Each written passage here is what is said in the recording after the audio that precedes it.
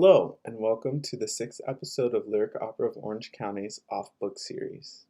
Today, our guests will be Dr. Jen Stevenson and Dr. J. Bradley Baker, and we will be hosted by tenor Axel Mejia Juarez.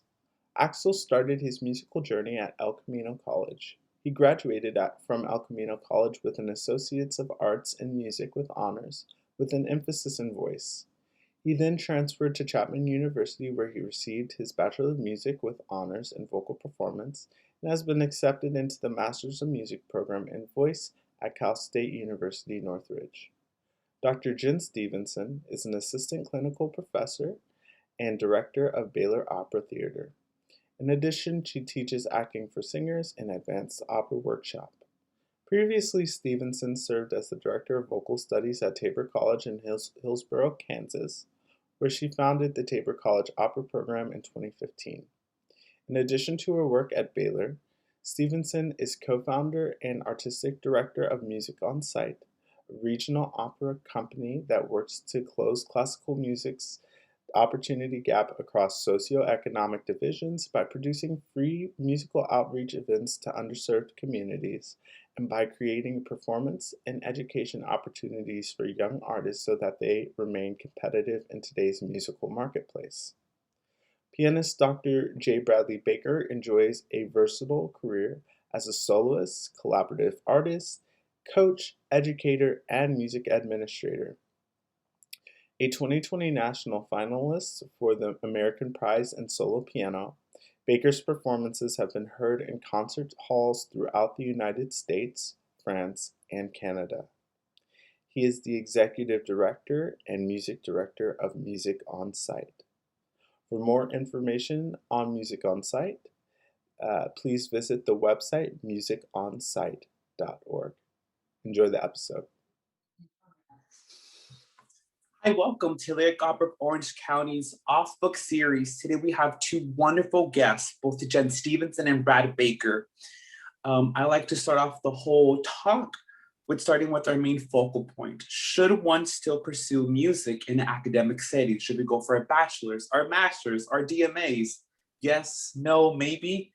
We have two wonderful educators, artists, performers, who are going to be sharing some of their advice, their experiences, and what they've learned on their journey. We're going to be starting off with Jen. I kind of want to start off with having her introduce herself and what her journey has been like in an education setting, academic setting. Sure. Hello, I'm Jen Stevenson, and I'm super excited to be here. And basically, my whole life has been in an academic setting. I have 4 degrees, 3 are in music, and 1 is in communication and Spanish. And then I have, so 2 of them are bachelor's degrees, 1 master's and 1 doctorate. And then I currently teach at Baylor University in Waco, Texas. Previously, I taught at a college in Kansas, and I've pretty much always been a teacher. It's always been my focal point. So academia has kind of been at the center of my life since I first went off to my undergraduate degree, and it's been a great ride. Yes, that's so wonderful.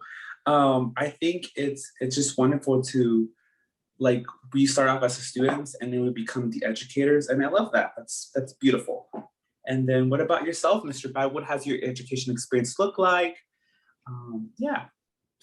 Similar to Jen, most of my life has been spent in education as well. So I am a pianist. I started off as all of my degrees are in solo piano. I have a bachelor's, master's, and doctorate in solo piano. But then because of that time and spent in educational settings, of course, I played for a lot of lessons, for voice lessons and instrumental lessons and such. And so I sort of have 2 different tracks, I guess. I'm still a solo pianist. But because of all the time that I spent in the opera realm in school, I was a TA for the opera program during my doctorate, and I played for opera productions throughout all of my degrees. I've also spent a lot of time as a coach and pianist, and so I sort of have those 2 different tracks going. But now I'm on faculty piano faculty at Tarleton State University, which is in Texas as well. So that's what I That's do during my days. amazing. That's amazing. And just like a question, just curious, just when starting off your education in piano performance, did you ever see yourself going into like the opera realm, or was it like kind of a slower transition? What was that like? Yeah, so I mean, I was honestly a pretty huge choir nerd throughout all of middle school and high school, and I was in choir in bachelor's, and and so I've always enjoyed singing or trying to sing and being around singers. And so, yeah, I mean, ever since I was in high school, I've played for tons and tons of singers. So it's always been a very important part of my life, even if it wasn't my chosen instrument. That's wonderful. I wish I could sing better than I did. So maybe I should have chosen voice. Oh my gosh, no. Yes. I think you need both. Like you need like the collaborative artist and you need the vocalist, and I think it just becomes like this very like, what do you say, like a team, and we need every player to make it happen. That's so wonderful. And then kind of going back to Jen, you said that you got your 2 bachelors and then your master's and then your doctorate. Was your bachelor's in Spanish, English? I'm kind of curious. I'm like, what? Sure. So yeah, I was all set to go to conservatory for my undergrad, and then kind of last minute, I mean, I think it might have been in August, I was like, wait, no, what if I don't want to do music? So, right. I changed where I went to the state university where I'm from, UMass. I'm from Massachusetts, and because you could major in music there, but you could also major in a lot of other stuff. So I changed where I went to college because I didn't want to be at a conservatory where if I decided not to do music, I would have to transfer. So I quickly left music, I think by October or something, and I ended up majoring in communication and Spanish. I got a double major, and I still sang in choir the whole time. Music was still part of my collegiate experience, but it wasn't my focus. And I really loved my majors, and I really liked what I was doing. And I kind of, by the time I was a senior, I realized what I wanted to do was teach college. And then I thought, oh my goodness, I'm going to have to get a doctorate to do that. And then I thought, well, what I really want to teach in college is music. And since I have to stay in school to get a doctorate, I might as well get a second bachelor's degree in music. Yes. And what's another 2 years? So that's kind of how that played out. Well, that's wonderful. Like, I was literally going to ask, like, what were some deciding factors that inspired you to pursue like your doctorate of music? So was being a teacher always like in your heart to do? Was there something that called you, and is that what inspired you? Yeah, for me, I think even from middle school, I think in middle school, I wanted to teach middle school. And then in high school, I thought, oh, I don't want to teach middle school. I want to teach high school. High school's where it's at. And then when I went to college, I thought, no, I want to teach college. So I think for me, being a teacher, and kind of someone who communicates to others, which is probably why I majored in a second language and communication. Right. So really, those are central to me as a human. And then music, I love music. I love classical music especially, but I also love storytelling. I love languages. I love history. I love culture. I love travel, and music puts all those together. So for me, that was like the best way to kind of encompass all of the things that are me in a career. What inspired you to get your degrees in piano? Was it like, did you start music really, really early on? Did you fall in love with it later? Like, what was that journey for you? Yeah, so my family is, everyone had music lessons of some kind. And so music was very important to my mom, especially my dad. My dad loves music, but he's not necessarily able to produce music himself. He just loved to listen to music. So anyway, all of us had music lessons, and my mom would typically teach us pretty young. And so I started taking piano lessons when I was 6, and then sort of had after only a few months, I had sort of horrible relationship with music, and so I would never practice. I hated lessons, and so my mom said, you know what, we're not going to do this. So so I quit, and she kicked me out, basically. Oh no. So anyway, I went from that period until about the age of 15, just as a normal kid, you know, not taking lessons, you know, playing sports and, you know, Little League and whatever else. And then in high school at 15, I sort of found myself in the summer, didn't have a job or anything. And so I was sitting around the house, and I decided to start playing around with music. I mean, I had been in choir, and so I had that experience with music, but I hadn't played the piano since 6. So I started playing again and becoming interested in that. And then that next year I got a piano teacher who is not my mom this time around. We learned our lesson. And then I sort of took off from there and found that I really enjoyed playing. And so I guess that's what started it. Yeah. Even though my family was very musical, there was not really a encouragement to have that be a career, though. It was more I feel that, you know, just a hobby. and so there was some struggles at the very beginning of my college degree, that I was not encouraged to be a music major, because of course, as we've heard many times, that's not practical, right? Yes. And so you're telling me. I feel and so I started off as a computer science major. Yeah, and then maybe a year into that degree, I was like, nope, no programming for me. This is horrible. I hate it. Like, I like technology, but not at that level. So I told my parents, hey, I'm dropping my computer science major and becoming a completely music major. And that was that was not a positive conversation. But it turned out to be good, because they realized that I was serious about it. And since that point, I was pretty dead set on being a piano faculty member at a college. There was one period after my master's that I took a period of time off, because I was essentially burnt out. And so at that point, I did consider other master's programs to sort of change the course of my career. But eventually sort of rediscovered my love of piano and love of music, and was back on track. But, you know, I mean, I think the thing you find with most everyone is that your careers are never a straight line, right? Yes. And it's okay to have periods where you feel burnt out and you have to take some time off. And in many cases, that ends up being a positive experience, because you learn, you gain more perspective on life and a career. So, and even some people end up choosing a different career altogether, and that's totally fine. You know, they at least have an appreciation of music and can help the rest of us sustain ourselves.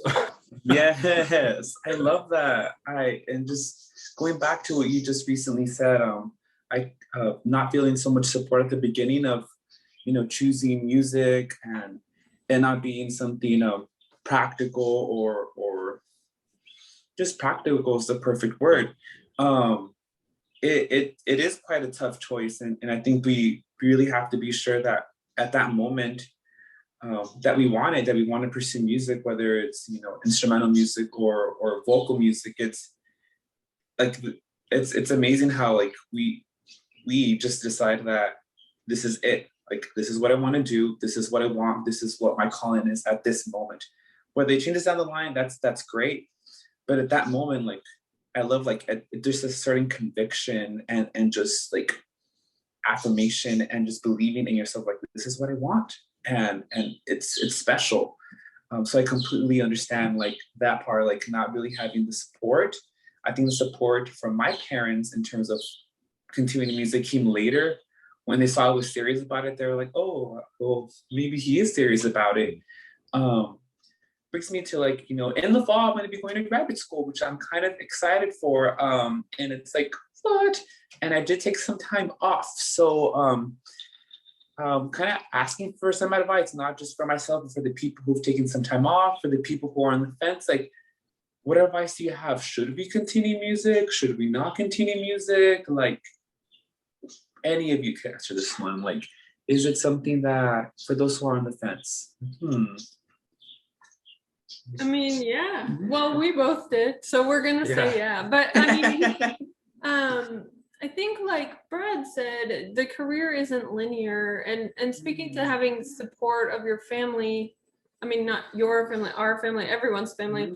I think ultimately, assuming that your family is, you know, a good family, they want you to be successful. They want you to be able to support yourself. They want to know that you're going to have food and a roof over your head. And that's ultimately what parents who are like, don't major in music, be an engineer. That's really what they're saying is, I'm worried about you being able to not be homeless, or, you know, be able to provide for yourself. And most of us do not have professional musicians for parents. So our families don't know how to support us, and they don't even know anyone who is a professional musician. So they can't even get us to somebody that can help us. So I think a lot of us, when we're younger, we hear our parents' negativity as like, they don't support me, but it's not that. It's that they're worried, and they don't know anyone that has gone down this road, so they don't even know where to begin to support us. So I think, yes, going to your question, I fully think everyone who wants to go to college for music should. I also think it's really important to seek out mentors, and those can be your teachers, but they can also be anyone in the field. Just email random people that you find that you admire. I mean, what's the worst thing that can happen? They don't email you back. That's like, it took 30 seconds of your time, you know. But if you can find people, music, you know, 200 years ago was an apprenticeship program. You didn't go to university, you were an apprentice to a master musician, and that person showed you the ropes. You met contacts that way, you saw how the industry works. And we've kind of lost that with the current way education works. So I would really advise anyone who wants to go to school for music, find mentors, find, you know, older adults, or at least older than where you are now, farther along in the career, who can really advise you, tell you kind of what steps you might think about doing. That can really make a huge difference, because I think a lot of people go into music and they think, if they don't make it, they think it's because they're not talented. And that's 100% not anyone's problem ever. There's so much more to having a career in music than just how you sing or how you play. It's a lot who you know, who you meet, how you stay in contact with them, if you're in the right place at the right time. And I mean, the good news is you can do a lot to enable yourself to have those opportunities. So there's a lot more under your control than I think you think there is. But seeking out kind of older musicians who have gone there will be helpful to anybody whose family is not a professional musician. I think also, as far as going back to school, one thing that's important is to understand that success in music is not, for singers, is not necessarily singing on the Met stage, right? And to recognize there's so many things that a person can do in music that are still fulfilling, and, you know, making yourself aware of those things, so that when you are in your degrees, you're taking advantage of opportunities to maybe be a part of the directing of the production, or, you know, taking more piano lessons, to where, you know, if it comes down to it, if, you know, between gigs, if you're deciding to be just a gigging performing musician, maybe you have some students, you know, and you also teach, you know, beginning piano as well as voice. You know, because there's a lot of education that can happen between gigs and such.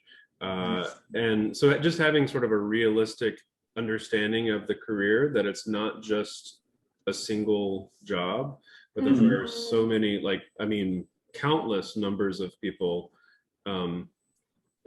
opportunities for musicians other than just performing. the Met. Yeah, exactly. Yeah. Well, and I Yes. think when you start a degree, it's good to have an end goal. Like, why are you doing this? You know, Yes. because I think a lot of time, I mean, I was 150% this way with my undergrad. It was like, well, I'm going to get this degree. Mhm. Like, not really any consideration of what was going to happen in May when I graduated, Yes. or like, well, then I'll get a job. But like he said, most of your education, especially in grad school, does not take place in the classroom. Yes, you do learn stuff in your classes, of course, and that's important. Yes. But be around, hang out, go to Mhm. people's recitals, meet people that Mhm. play the tuba. I mean, you can learn stuff about your instrument from. I've had trumpet friends and learned a lot about singing through the trumpet. Just be around, learn about other stuff from going to recitals, go to faculty recitals, go to guest master classes, go to concerts, you know, and just hang out, talk to friends about what they're learning in their classes. You get gigs from people you know, not because you're the best singer. It's because you know people and you're nice and you're good. You have to be good, Right. but Yes. you don't have to be the best. Yeah. So, you know, make yourself available. And if somebody asks you to do something, there's a lot of olden time, like, okay, so one thing I think is that music is a way different career than it was 50 years ago. So a lot of the advice that floats around is just not true anymore. One thing that I've heard students say is, well, I shouldn't take a gig for free because then I'm not valuing my work. Well, sometimes that's true. You know, if some person randomly wants you to come and sing at their birthday party for exposure, I'm gonna say that take a hard pass on that one. But here's the reason why. Not because that's like a totally illegitimate thing, but because who's going to be at the party that's going to hear you, that you're getting exposure to? Unless it's the director of multiple opera companies or people that could then hire you, then your exposure was totally useless. But maybe it's, hey, could you come sing at this gala for this upstart opera company, and unfortunately we can't pay you. We totally understand that if you say no. So you do it and you don't get paid, but then when they get some grants and they can hire you, they will, because they know you. But if you had said, no, you know, I don't do anything for free, then when they do have money, they're going to hire the person that did do it for free. So now people are going to watch this and be like, she's telling me to just do stuff for free. Oh my gosh. I get that advice. It's saying yes to the opportunities, yes to making those connections, yes to building relationships, and then getting those jobs, because at the end, when you do pursue your degree in music, it's to be hireable. Like, how do you become hireable? Not just getting the job one time, but it's like getting rehired. You can get the job one time, but like, can you get rehired again? Were you a good colleague? Did you work well with your fellow castmates or instrumentalists? Or and to Jen's point, to recognize that the value of a gig is not always monetarily represented. It can be that, oh, I'm being hired to be a directing intern. Well, I don't have any directing experience, but wow, this is amazing. I'm not getting paid for it, but I'm expanding my portfolio. Or this just happens to be this random free gig, or, you know, non-paid gig. But who it's for is important, because they have the, you know, the strings that control like the entire musical community in my area.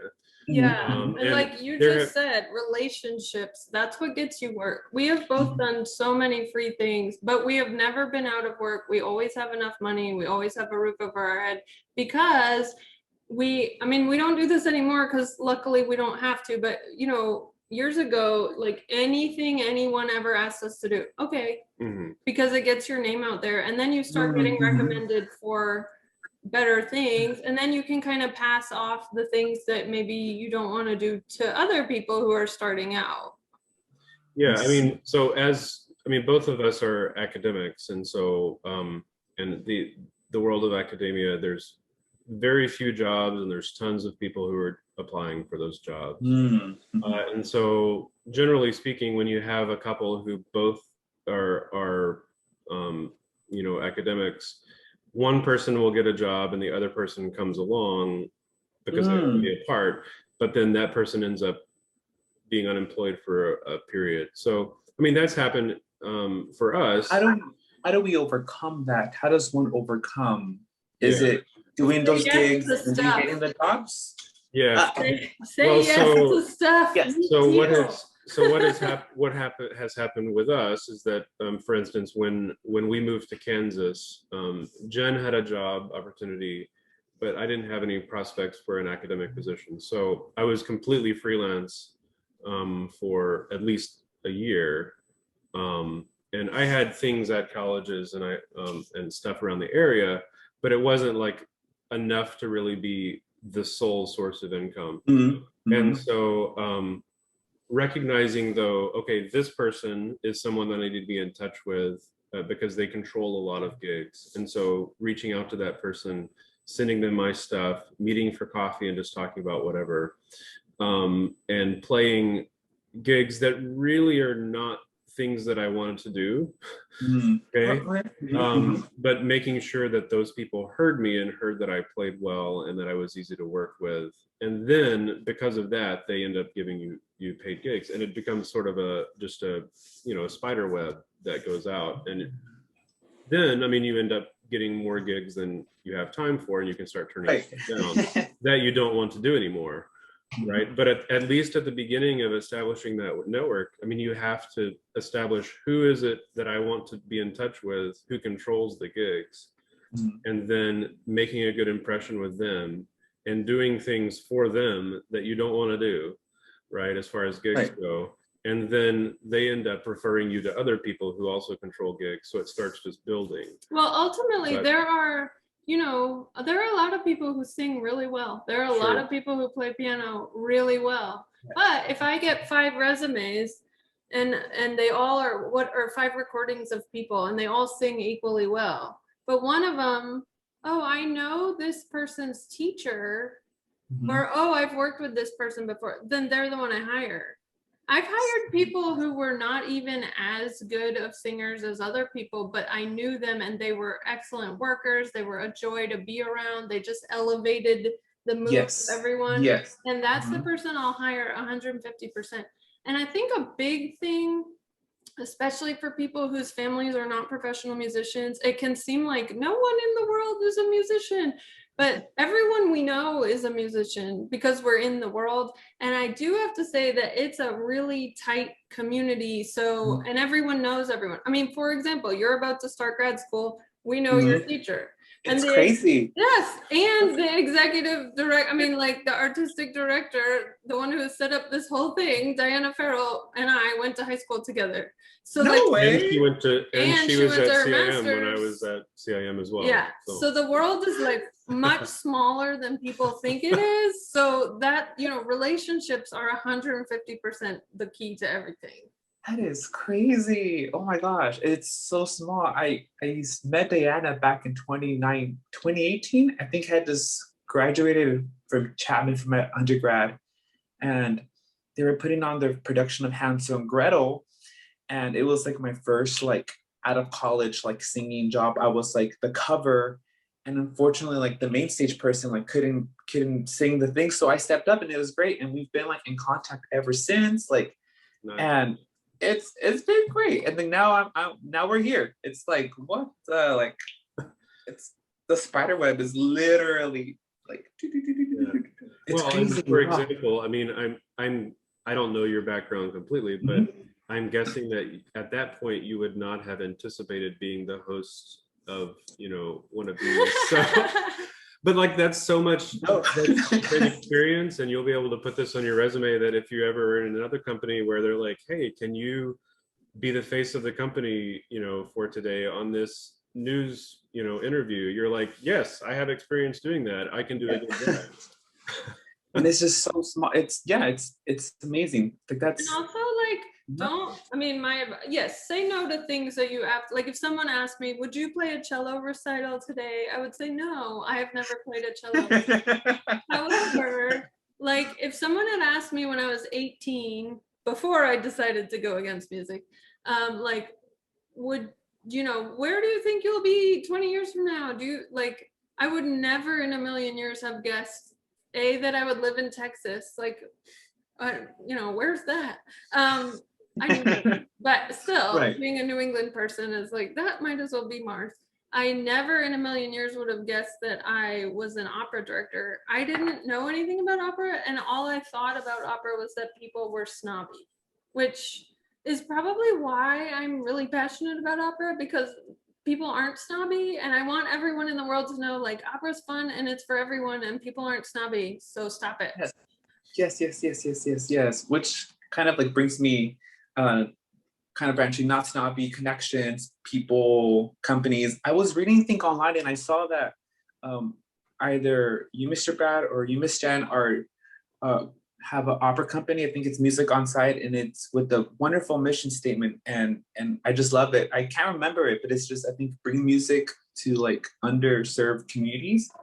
How did we get into that? I know it's kind of branching away from the subject, but I love that so much. And I just kind of curious. So we started that together when we were in Kansas, and the company is still in Kansas, and the point of the company is to bridge that gap. Much of Kansas is like in the urban areas, so like Wichita, Kansas City, and even in like the college communities like Lawrence, Manhattan.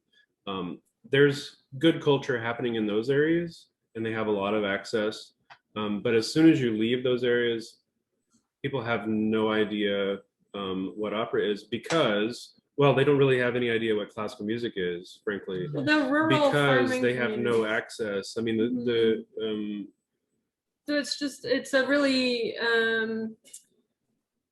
like, there will be a town of 300 people, and then there won't be anything for 30 miles, and then there will be like the big metropolitan area for maybe a big part of the state is a town that has 5,000 people, which is not big. So they don't have opera companies, and if they're gonna go to an opera, it would be 4 hours away for them. And like, I mean, I wouldn't drive that far, really. Yeah. And I know 4 that. hours. So somebody Different that state. doesn't Right, somebody that doesn't even know if they like it. So our company kind of has two missions that fold together. It's about access, but one is about giving access to performances for people that don't have them, and for free. So we go to schools and rural communities, and all of our evening performances for the communities are free. And then the other part of the mission is giving young artists like you a chance to be in a role, be on a stage, be in a young artist program for free. Our company is a no pay, no fee. So a lot of young artist programs are amazing, but they're also $5,000.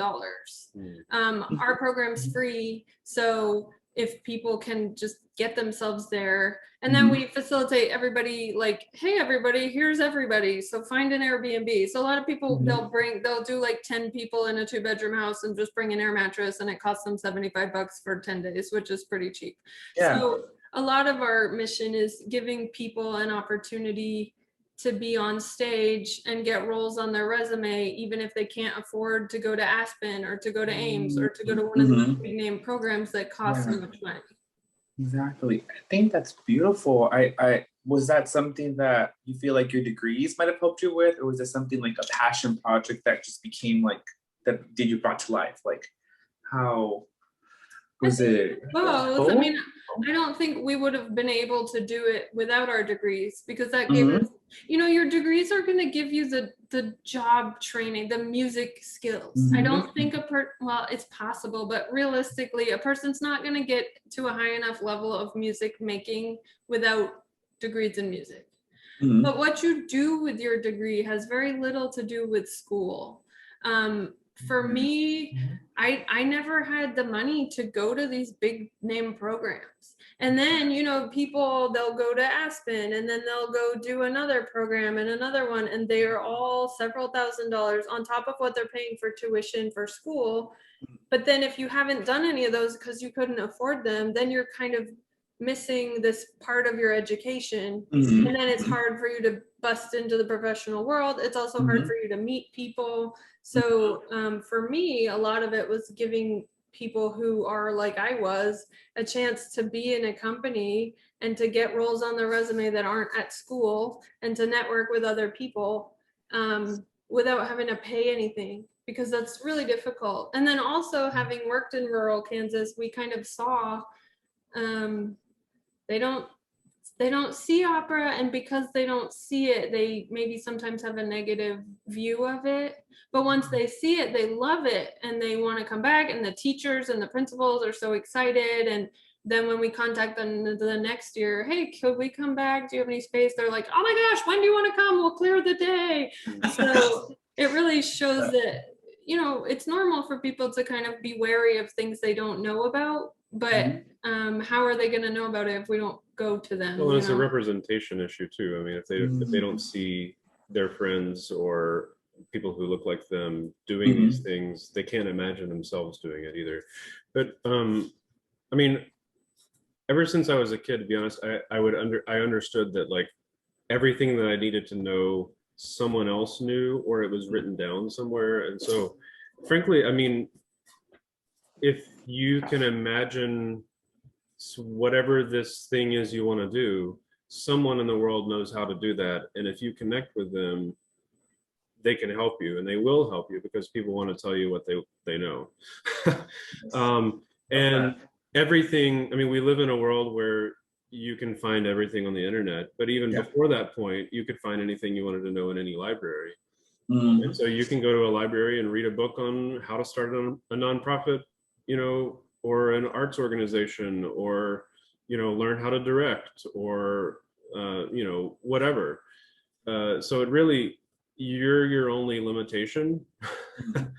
Right? I love that. Oh no. So I mean, for us, I mean, when we saw the need in Kansas for an organization like that, it's like, okay, well, I have no idea how to start a nonprofit, but there are all these books. Okay, so I read a bunch of books about how to do it, and we knew people who had done it, and so just be in touch with them. And then, I mean, once you start doing it, you're already doing it, right? Right. So you just learn, it's sort of on the job training, basically. Everything in life basically is on the job training. And so the more you get comfortable with that, the more successful you become, because you're, you know, just willing to, well, what do they say? Jump in a net shall appear. I mean, it's true. It's completely true. I think a big piece of advice is like, don't wait to do something until you've already done it, because you will never do anything. You know, like when I took my current job at Baylor, it was like, well, this is on a bigger scale than I've done all the individual components, but to put them all together and be the one who is in charge of the whole thing was a little daunting. But you know, if you wait until you've done it, then you're never gonna do it. And you have to think, well, I've done these smaller things, so like, why wouldn't I be able to do a bigger thing? I love that. Well, thank you so much for being part of like Lyric Opera of Orange County's Off Book series. It was like such an honor to talk to you both, such a privilege to learn from both of you. And yeah, so thank you. Any last final words, remarks, tips? I think just go for it. And if you find people that you know, reach out to people, like Brad said, people want to help you. Most people do. And if you find like the one grumpy old person that doesn't want to help you, then that's their loss, right? Or grumpy young person. Or grumpy young person. You know, just like email people, ask them. Oh, wait, my biggest piece of advice that I only like figured out maybe a year ago is, if you figure out kind of what job you want to have, then find people with that job and read their bios and see the stuff that they've done. And that gives you a roadmap of how to get exactly what you want. Or even reach out to them. Yeah, what she said before, most anyone is friendly enough that if you are someone who's legitimately seeking how to do something, they will respond to your email. So reach out to them and ask them advice.